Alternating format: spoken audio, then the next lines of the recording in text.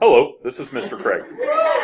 The questions that I'm going to show do represent how to draw these organic compounds out, but they're not in your homework. Here, again, what we want to do is find out what our longest chain is, in this case, pentane.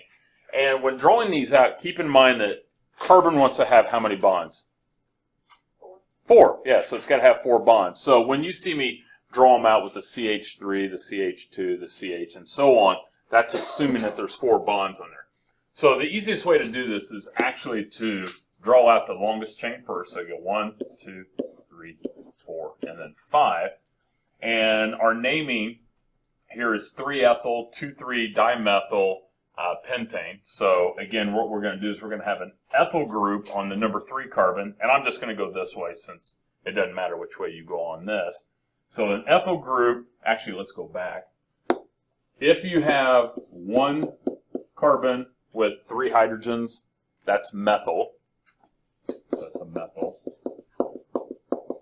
If you have, say, 2 carbons, and notice that CH2, CH3 is because, again, we got to have 4 bonds on that carbon.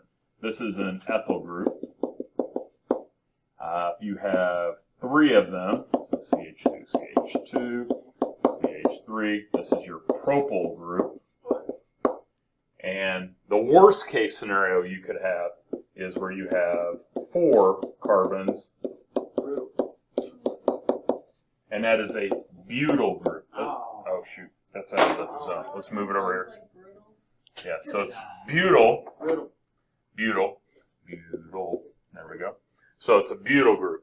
Okay, so this is as big as it's going to get with the butyl group. Okay, now you also will see me write iso. So if I do an iso, what that means is it's not connecting to an N carbon. So if we were to draw, say, put this butyl group, say, on this carbon here, let me erase that. Okay.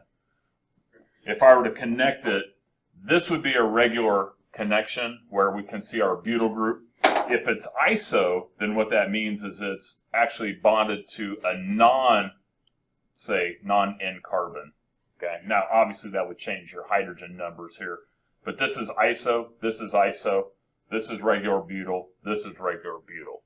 Okay, so iso just means that it's not bonded to an N carbon. Okay, so that's a butyl group, that's a propyl group, ethyl and methyl. Okay, all right, so let's get rid of that and come back to here.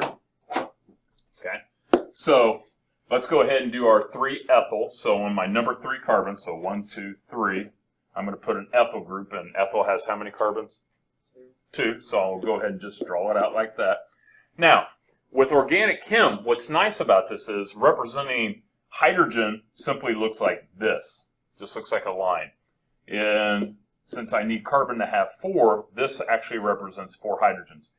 If you want to go through and write all the hydrogens, you can, but later on we're going to talk and draw structures that look like that as a skeletal structure. This is actually the preferred way to draw organic compounds. This is how we do it at the beginning, but typically we don't include the hydrogens. Okay, that's just understood that if it's not hydrogen, then you write what that element is. Okay, so this is actually a CH3, this is a CH2, and we're bonded to a carbon here. Okay, so there's my ethyl group on the number 3 carbon, but I have a 2,3-dimethyl, so I have, I'm going to put a carbon here, and that's my number 2 carbon. My other number 3 goes here. Now that's where it starts to get a little muddy, is if you draw those too close together, you might kind of intersect those. Okay, but when we finish, we have our pentane main chain. We have a methyl group on the number 2, we have a methyl group on the number 3, and we have an ethyl group on the number 3. So 3-ethyl, 2,3-dimethyl pentane. Let's finish that off. My bad. Yeah. There we go. My bad. Yep, got to finish it. And there's one more there. Yeah, Luke. So if you're, when you draw it, you can decide whatever numbers from right to left or left to right? Yeah, if you're drawing, you can start here or here. That's your call when you're the artist. However, if the molecule is given to you, then you got to look for where the nearest branch is. And in this case, this is the carbon with the nearest branch, so that's why I start with number 1 here. And I typically work left or right, but I don't care how you go. And it's dimethyl Because there's 2 methyl groups, so the di means that I have actually 2 of them. And that's given, though, because you have 2 numbers. Correct. Okay. Now, somebody earlier on said, like, I think I had like a 3,3-dimethyl, and they're like, why would you do that? Why don't you just write 1 number and then the dimethyl? Because in organic, we want to actually designate each and every one of those groups where they're located. So if I say I've got a 3,3,4 trimethyl, that's telling you exactly where those methyl groups are located. And if it was a trimethyl, it just wouldn't be connected to any other carbons? No, it'd be, if I said 2, 2, 3, then you have 2 on the 2 carbon and 1 on the 3. Yeah, Andre? Does it matter if you like switch them? You mean like put it down here instead? Yeah. No, it doesn't. Yeah, the orientation, again, remember these things can rotate, and how we have it's 2-dimensional here. All right. Here we have a 2,2-dimethyl 3-isopropyl hexane. Okay. So again, go ahead and draw out the chain, and it's nice this way because then I can go and just go, okay, have my 6, 1, 2, 3, 4, 5, 6. Whoa. I got too many, don't I? Yeah. So do that. And if you want, you know that these are always going to be connected. They have to be connected to be part of the chain. So I've got a 2,2-dimethyl, so 2, 2. So I'm just going to start here, put my dimethyls. And again, methyl is 1 carbon. And then 3-iso. So here I've got this one. Iso, again, means that it's not located on an end atom. So if I had a propyl, here's a carbon in the middle, and here's one on the end. It's going to be joined on a non-end. So propyl, I'll change the color here, maybe. So I'll go 1, 2, and then 3, and then, okay, so there's your isopropyl, and I think that's it. And then go ahead and finish off putting all the hydrogens on.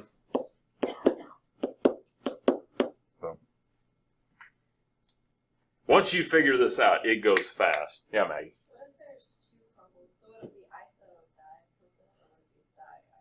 It would be diiso if I had 2 isos in this compound. Yeah. Now, again, keep in mind that this is what determines the alphabetical order. So iso doesn't count for the P. It's still your root for your propyl. What happens if you have 1 isopropyl and 1 not isopropyl? Then I would break that off. So it would be like a 3 isopropyl, 4 propyl. Okay. So you would definitely differentiate that. Yeah. I don't think you're going to see that, but that's a good question. All right. 3-isobutyl, 3-ethyl, 2,4-dimethyl heptane. Doesn't it just ring? Isn't that fun? The base name is attached to it, not separate. Yeah, and you might find on my answer key that I kind of separate just so you can see the difference between those, and that's fine. So 1, 2, 3, 4, 5, 6, 7. Okay. Nice thing is you can't have a group on the end carbons because that makes it part of the chain. So if you want to start off that way, that's probably not a bad idea. I've got a 2-methyl. There's a methyl there. On my number 4, I've got a methyl. 3, I've got an ethyl. So ethyl is 2. Okay. 3 iso. So again, here, I'm running out of room. I'm going to put you down here. I love about show business. So I'm going to move this guy down just to get it out of the way. And where were we at? Isobutyl. Okay, so butyl means how many carbons? 4. Good. So I'll go there, there. And it doesn't matter if you wanted to connect that carbon here. Doesn't matter. 3 isobutyl, 3 ethyl, got that. 2,4-dimethyl heptane. All right, let's wrap them up. Here, let's get that blue.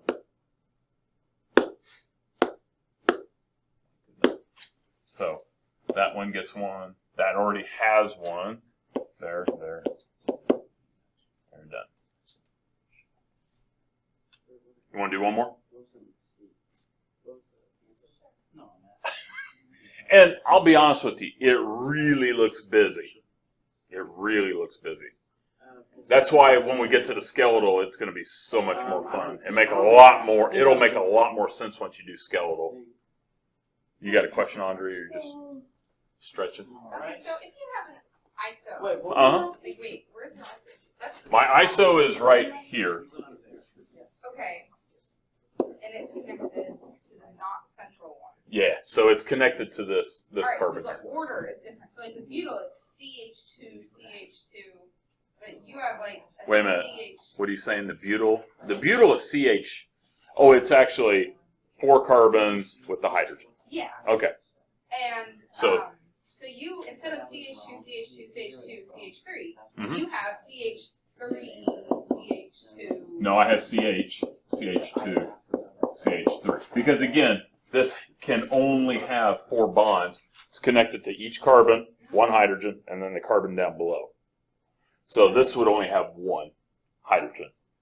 The number of hydrogens would remain the same no matter where you bond that, which is kind of nice. So if I had a 2 here and a 2 here, that equals out. I'm still going to have my end at CH3. Yeah, Andre. Are we gonna be given like that and have to draw it too? Or just like the name? I'll give you both ways. I'll give you the picture and I'll give you the name. Is that what you mean? Like, No, she okay, means so you have like that, like over there on the right. Are you gonna like give us that and then we have to like draw it out? I would. You mean? Like you just give us All it that says and is then number we have 1. to draw it like the left. No, that's part of a group. So the only way you would see that is in the structure. Yeah. Sorry. All right, one more, real quickly here. 4-ethyl-3,3,6 trimethyl octane.